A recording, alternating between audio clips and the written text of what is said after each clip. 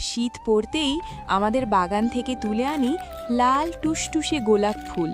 এক একটি পাপড়ি আলাদা করি ভালোবাসায়। স্বচ্ছ জলে ধুয়ে নিই খুব আদর করে, যাতে ধুলোবালি আর পোকামাকড় একদম দূরে সরে যায়। এরপর রোদ্দুরের কোলে পাপড়িগুলো শুকোতে দিই। সব আর্দ্রতা উড়ে গেলে দেশি ওখুলিতে ধীরে ধীরে কুটে নিই, একদম মিহি করে। এই গোলাপগুলোই আমাদের লিপস্টিকের প্রাকৃতিক গোলাপি রং।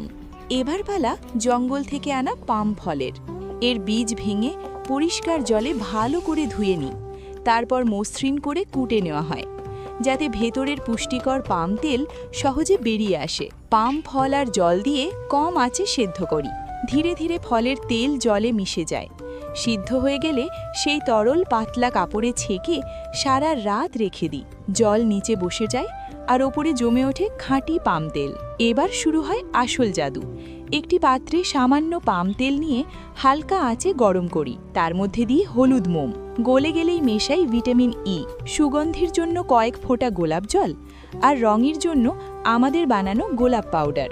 ভালো করে নেড়ে মিশ্রণটি লিপস্টিকের ছাঁচে ঢেলে সারা রাত ঠান্ডা হতে দিই। আর সকাল হতেই তৈরি একদম ঘরোয়া 100% ন্যাচারাল কেমিক্যাল মুক্ত লিপস্টিক, যা শীতের ফাটা ঠোঁটকে রাখে নরম, মসৃণ আর গোলাপি। আপনি যদি এমন একটি প্রাকৃতিক লিপস্টিক পেতে চান, তাহলে কমেন্ট করুন, লাইক